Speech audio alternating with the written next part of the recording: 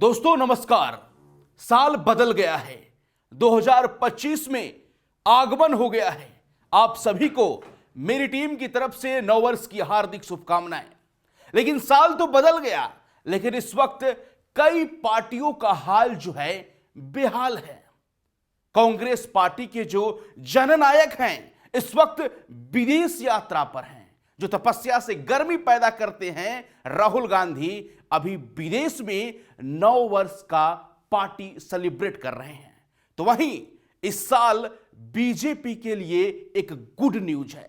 जी हां, देश की पार्टी जो बीजेपी है ऐसा करने जा रही है 2025 में जिसे जानकर, सुनकर, समझकर विपक्षी सन्नाटे में चले जाएंगे। जी हां, 2025 में मोदी का धमाका होने जा रहा है। विपक्ष बार बार ताना दे रहा है कि मोदी जी तो इस वक्त दो बैसाखियों के सहारे हैं, लेकिन 2025 में मोदी और शाह का वो जादू चलेगा जिसमें दोनों बैसाखियों की जरूरत नहीं रहेगी और नरेंद्र मोदी अकेले 56 इंच के छाती के साथ इस बार नजर आएंगे। अंदर का क्या है मामला और गणित क्या है, हम समझेंगे कैसे दो बैसाखियों की जरूरत 2025 में नहीं पड़ने वाली है। हमारे प्रधान संपादक सुनील राउत जी हैं। सबसे पहले सर आपको नववर्ष की बधाई। जी, और आपको भी और दर्शकों को बहुत बहुत। वैसे तो ये अंग्रेजी नववर्ष है जी।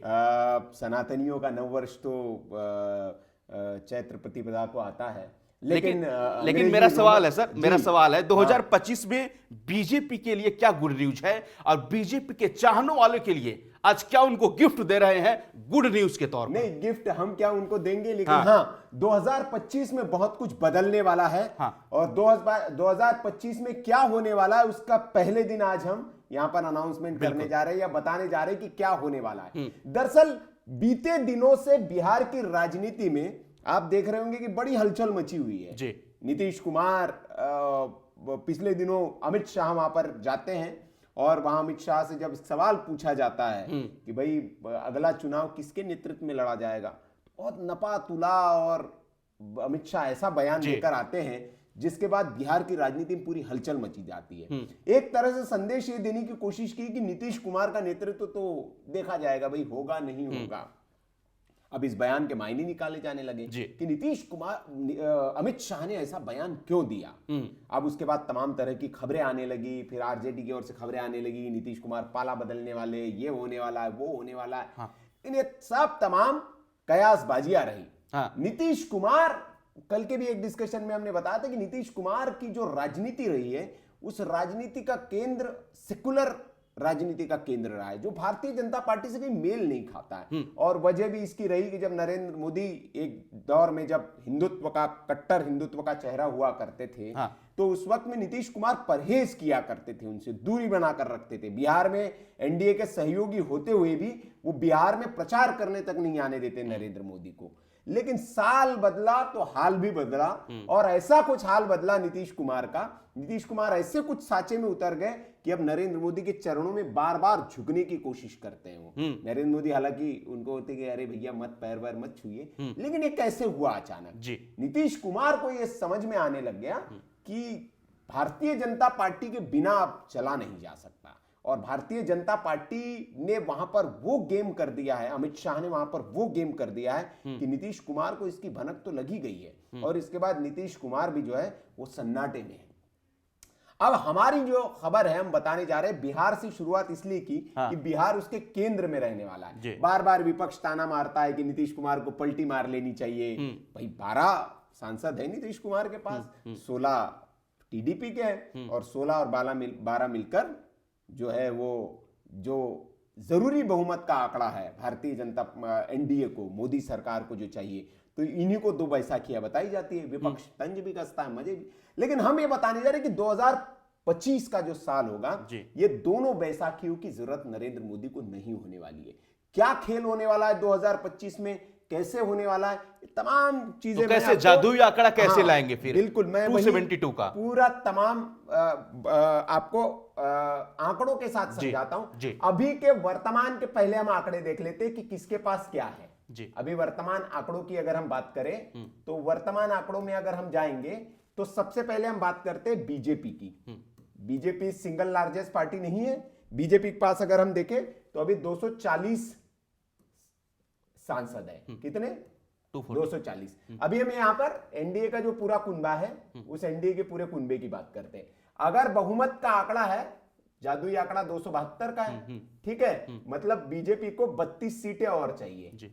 अब ये 32 सीटें कहेंगे कहीं चुनाव नहीं है, कहीं उपचुनाव नहीं होना है, तो क्या 32 सीटें बीजेपी कैसे हासिल कर लेगी भाई? तो ये इसी पर अभी हम पूरा वीडियो हमारा रहने वाला है कि 32 सीटें कैसे हासिल करने वाली है बीजेपी, कैसे पूरा गेम प्लान बीजेपी ने सेट किया है और कैसे जो 2 बैसाखी है उसको आउट करेगी बीजेपी।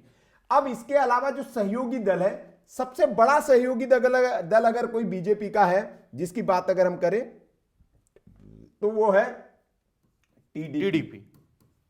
इनके 16 सांसद है। फिर है बड़ा दल जेडीयू, इनके 12 सांसद है। फिर छोटे छोटे हैं जिसमें एलजेपी है, रामविलास पासवान, एलजेपीआर, हाँ, वो 5 सांसद है इनके। ये बड़े दल है, बाकी सब छोटे 1-2 सांसद वाले कई दल है, लेकिन महत्वपूर्ण ये दल है। अब इसमें से ये वाले जो साहब है ना, ये भी बीच बीच में अखियां दिखाने लगते हैं। जो चिराग पासवान है, बीच बीच में अभी एक मुद्दे पर उन्होंने फिर वो कर लिया है, जो वहां पर बीपीटी छात्रों का आंदोलन चल रहा है उसमें समर्थन, तो बीच बीच में ये भी थोड़ा सा कुछ कर लेते हैं। भाई ये बिल आ गया तो नहीं, हम इसके साथ नहीं है, उस पर कर लो। तो इनका भी इलाज बांधने की तैयारी चल रही है। और बीच बीच में इनको खबर भी, हमने 2-3 खबरें भी दिखाई थी कैसे मंच पर मोदी ने इनको इग्नोर किया था। और ये वाले जो भाई साहब है, इनका कोई भरोसा नहीं है, ये कहीं जाने वाले नहीं है, ये तो तय है। क्योंकि पवन कल्याण जिस तरह से वहां पर उभरे हुए हैं, पवन कल्याण की जो हिंदुत्व वाली छवि उभर रही है और पवन कल्याण जिस तरह से काम कर रहे हैं, और टीडीपी को बहुत संतुलित तरीके से साध के रखा है, तो ये तो कहीं जाने वाले नहीं है। लेकिन फिर भी भारतीय जनता पार्टी दबाव नहीं चाहती है अपने ऊपर। वो चाहती है कि हम अपने दम पर 272 का आंकड़ा हमारे पास हो, और इसके लिए पूरी प्लानिंग चल रही है। अब कैसे होगा ये तो आंकड़ा मैंने समझा दिया। अब जो विपक्षी खेमा है उसके थोड़े से आंकड़े अगर हम समझ ले तो अभी कैसे ये पार करेंगे। तो सबसे पहले हम इसी पर आते हैं, जेडीयू। खबर यह है कि जेडीयू में पूरी तैयारी हो चुकी है, और नीतीश ने अगर थोड़ी चूचपट कर ली, अगर नीतीश भारतीय जनता पार्टी के इशारे पर नहीं चलते हैं, बात अगर नीतीश कुमार नहीं मानते, पूरी तैयारी हो चुकी है। एकनाथ शिंदे जेडीयू में तलाशा जा चुका है, सिंधिया तलाशा जा चुका है, और अजित पवार तलाशा जा चुका है।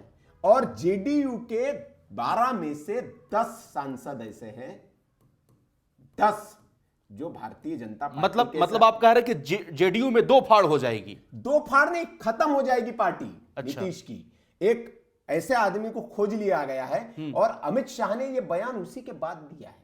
कौन है सर? अब वो सीक्रेट है, वो उसकी जिज्ञासा बढ़ रहा मेरा भी, नहीं उसकी जानकारी नहीं दे सकते। लेकिन सिंधिया को तलाश लिया गया, वो समझ जाएंगे, जो राजनीति के जानकार है, जो राजनीति को जानते हैं, जो समझते हैं, जो तस्वीरों को देखते हैं, जो वीडियोस को देखते हैं, वो समझ जाएंगे कि वो आदमी कौन है। तो ये 10 सांसद जो है, ये यहीं से भारतीय जनता पार्टी में 2025 में गोटी सेट कर लिया, हाँ, यहां आ जाएंगे।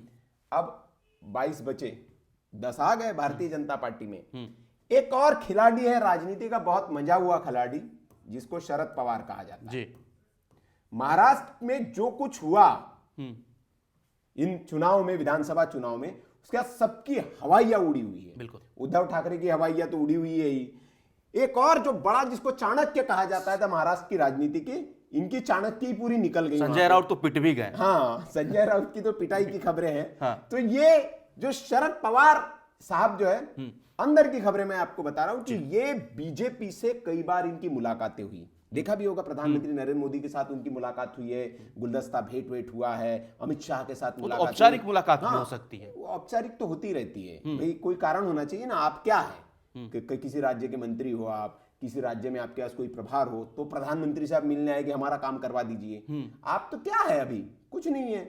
लेकिन यहाँ एक पार्टी के भाई सर्वे सर्वा जरूर है, वरिष्ठ नेता जरूर है, लेकिन आप प्रधानमंत्री से मिल रहे, शाह से मिल रहे, नड्डा से मिल रहे, कुछ तो चल रहा है, खिचड़ी पक रही है। फडणवीस के साथ आपकी मुलाकातें हो रही है, शपथ ग्रहण समारोह में आप नहीं गए, दूरी बनाई, लेकिन उसके बाद उद्धव भी मिलने पहुंच रहे।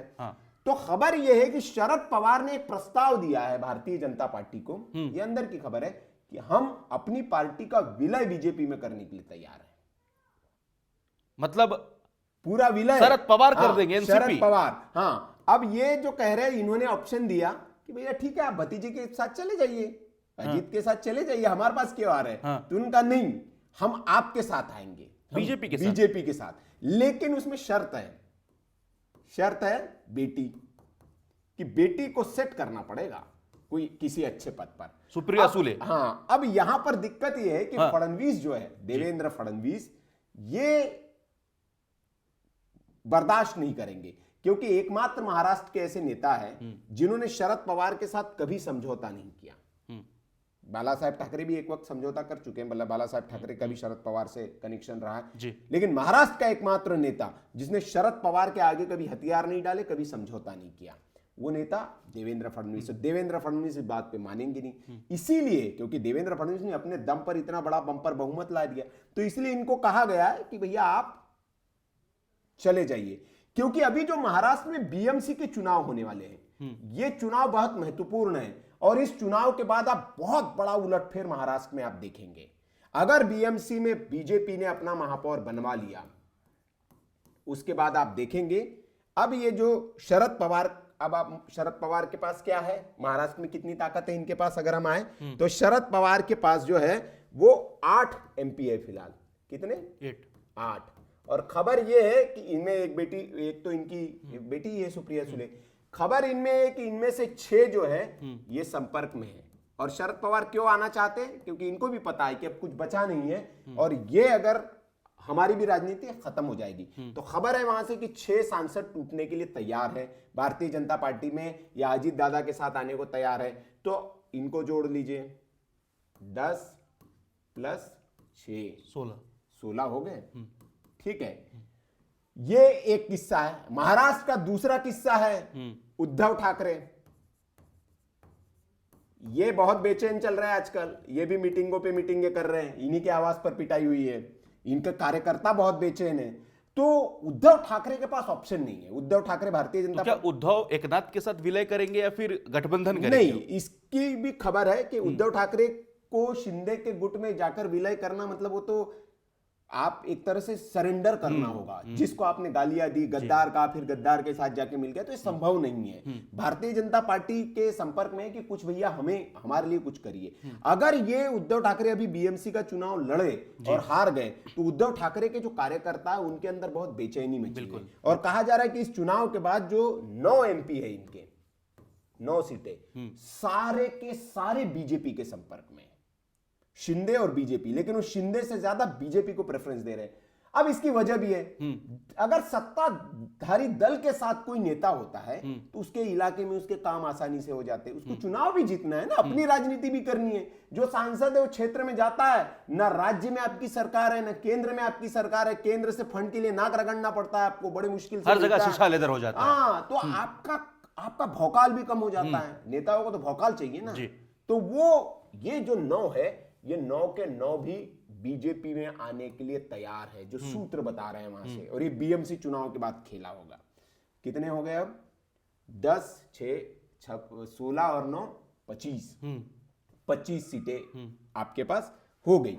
अब ये वाले जो भाई साहब है चूपटक करते हैं, बीच में इसमें खबर आई थी कि 3 सांसद जो है वो बीजेपी के संपर्क में है, 2 सांसद बीजेपी के संपर्क में है। तो ये वाला है, छोटे मोटे बहुत से दल हैं, निर्दलीय कुछ सांसद हैं। तो इस तरह से भारतीय जनता पार्टी, अमित शाह ने पूरा प्लान तैयार कर लिया है। और वो तो आपको पता ही है, राजनीति में जिसकी सत्ता होती है, इसके पहले कितने लोग पलटे, क्या पलटे, तो वो सारा इस तरह से गणित बनाया गया है। और ये जो 272 का आंकड़ा है, ये अपने दम पर बीजेपी जो है वो 2025 में इस तरह से पूरी तरीके से हासिल करेगी। नीतीश, ये पूरा प्लान जो है ये तैयार है, जो बताया जा रहा है हमारे सूत्रों के अनुसार, और इस पर काम शुरू होगा। अभी पहले बीएमसी का चुनाव निपटा जाए महाराष्ट्र का, और दिल्ली के चुनाव होने के बाद जब बिहार का चुनाव होगा, और बिहार के चुनाव के नतीजे, अगर बिहार में थोड़ा भी नीतीश ने चूपटक की, बिहार के नतीजे में अगर विधानसभा चुनाव अकेली भी भारतीय जनता पार्टी को लड़ना पड़ता है, तो वो उसके लिए भी तैयारी कर रही है। क्योंकि आपने देखा होगा गिरिराज सिंह की हिंदुत्व वाली यात्रा और बाकी तमाम चीजें।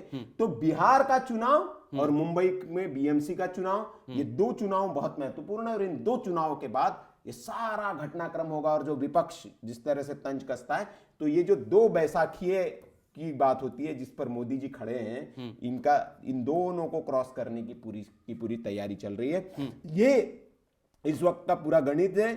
शिवसेना शिंदे जो है उनके 7 सांसद है और अजीत पवार का 1 सांसद है। ये तो है ही है, ये तो कहीं जा ही नहीं सकते इनको, ये क्योंकि राज्य में सत्ता चलानी है इनको, तो ये 5 साल के लिए तो फिक्स हो गए। तो 8 सांसद तो आपके पास है ही है, 8। फिर भी बीजेपी चाहती है कि हम किसी के भरोसे न, अपने ही दम पर हम 272 हासिल करें। जिस तरीके से सर संसद में वक्फ बोर्ड संशोधन जो विधेयक आया उसको जेपीसी में भेज दिया गया, 1 नेशन 1 इलेक्शन को लेकर उसको भी जेपीसी में भेज दिया गया।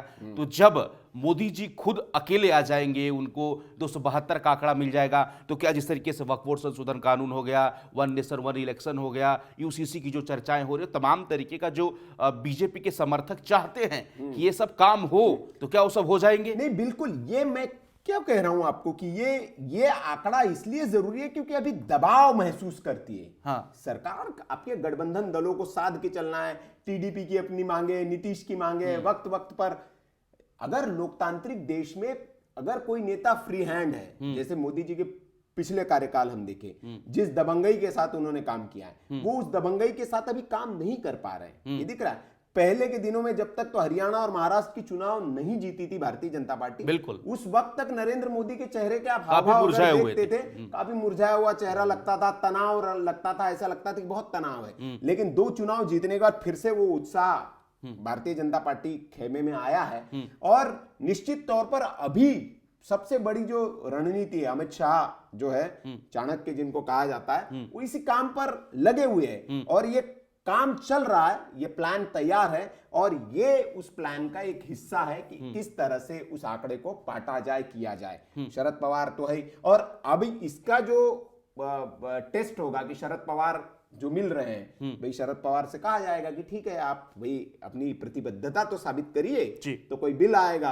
बोलेगा लाओ आओ समर्थन में बिल में, तब देखा जाएगा। कई बार सुप्रिया सुले संसद में मोदी सरकार की तारीफ की है, उनके मंत्रियों के कामों की तारीफ की है सुप्रिया सुले। आपको विरोध नहीं मिलेगा, वैसे तेवर नहीं मिलेगा जो कांग्रेस के तेवर है। उस तेवर में सुप्रिया सुले ने ये तक कह दिया कि राहुल गांधी का नेतृत्व ठीक नहीं है, ममता बनर्जी का नेतृत्व ठीक है, ये कहा है ना। शरद पवार ने भी ये कहा है, सुप्रिया। तो वो बातें जो है कहीं ना कहीं आप इंडिया गठबंधन में तो है, लेकिन काम बीजेपी का कर रहे हैं।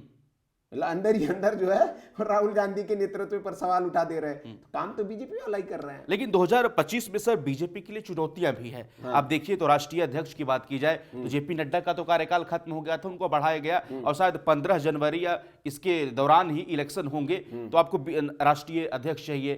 फिर अगर आप संगठन मंत्री बीएल संतोष जी के बारे में बात करें तो उनका भी कार्यकाल तो कई जगह संगठन में बदलाव होगा। और सबसे महत्वपूर्ण, दिल्ली में केजरीवाल और बिहार में लालू यादव, 2 इलेक्शन भी काफी इंटरेस्टिंग है और काफी क्रूशियल है। नहीं, बिल्कुल निश्चित तौर पर 2025 का साल जो है भारतीय जनता पार्टी की, लेकिन देखिए चुनाव इस देश में चलते रहते हैं, राज्यों पर भारतीय जनता पार्टी का फोकस तो है, ठीक है। बिहार उनके लिए महत्वपूर्ण है कि बिहार में वो चाहेंगे कि फिर से वो सत्ता में आए। दिल्ली उनके लिए बहुत महत्वपूर्ण है क्योंकि केजरीवाल से पार पाना बीजेपी के लिए बड़ा मुश्किल हो रहा है। हालांकि अभी भी दरअसल इसमें अब एक नेता क्या कर लेगा, नरेंद्र मोदी के हवाले सब कुछ, पूरा देश आप छोड़ देंगे, आप कुछ न करेंगे, तो ऐसे नहीं हो सकता। दिल्ली में आप देखिए, दिल्ली के जो नेता है 7 सांसद जीत गए, किसके दम पर जीते आप? नरेंद्र मोदी के चेहरे पे जीते। अब एमसीडी नहीं जीता पाते हैं अपने दम पर, अब एमसीडी में थोड़ी नरेंद्र मोदी के चेहरे पर आप वोट मांगेंगे।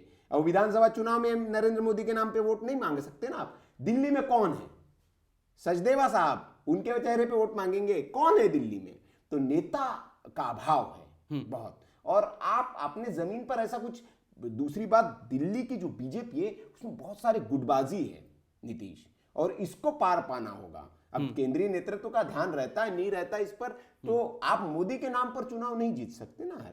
बिहार के चुनाव में भी बड़ी परीक्षा है भारतीय जनता पार्टी की, इसीलिए बिहार में ये कुछ अपना प्लान कर रहे हैं, लगे हुए कि वहां पर, और इसीलिए इनको लग रहा है कि शायद नीतीश कुमार, लेकिन नीतीश कुमार की जरूरत बीजेपी को भी है और बीजेपी की जरूरत नीतीश कुमार को भी है। तो दोनों एक दूसरे के पूरक है वहां पर अगर इस चुनाव में। लेकिन जरा चू चपड़ की नीतीश कुमार ने, तो उसका बंदोबस्त कर लिया गया। चलिए, बहुत धन्यवाद सर। तो नए साल के पहले ही दिन बीजेपी के लिए और बीजेपी समर्थकों के लिए हम लोगों ने गुड न्यूज दिया कि कैसे इस बार बीजेपी खुद अपने बलबूते इस 272 पर का मतलब लोगों की क्या राय है, ये हमारा आकलन है, विश्लेषण है, और जो अंदरूनी खबरें हैं राजनीति की, उसके आधार पर हमने ये बताया है, जो खिचड़ी पक रही है। बिल्कुल, बिल्कुल। सूत्रों के हवाले जो हमारे पास जानकारी, जो पार्टी के नेताओं से जब बातचीत होती है किसी, तो जो वो बताते हैं, उस आधार पर हमने ये सब अपना विश्लेषण दिया। आपको क्या लगता है, कितना ये हो सकता है, या आपका और कोई स्पेकुलेशन है? आप अपना कुछ सोचते हैं, आकलन है? आप राजनीति के बहुत अच्छे जानकार हैं, आपके राज्य बिहार का जो दर्शक है, महाराष्ट्र का जो दर्शक है, वो तो समझता ही है, तो वो आप अपनी कमेंट बॉक्स में राय जरूर दें। बिल्कुल 272 का जादुई आंकड़ा कैसे छुएगी बीजेपी, अपने बलबूते हम लोगों ने आपको चुनावी गणित और विश्लेषण के तौर पर समझाने की कोशिश की। अब इस वीडियो पर आपकी क्या राय है, कमेंट बॉक्स खुला है, जरूर बताएं। बाकी खबरों के लिए आप बने रहे हमारे साथ। धन्यवाद। वीके न्यूज, राष्ट्र के नाम।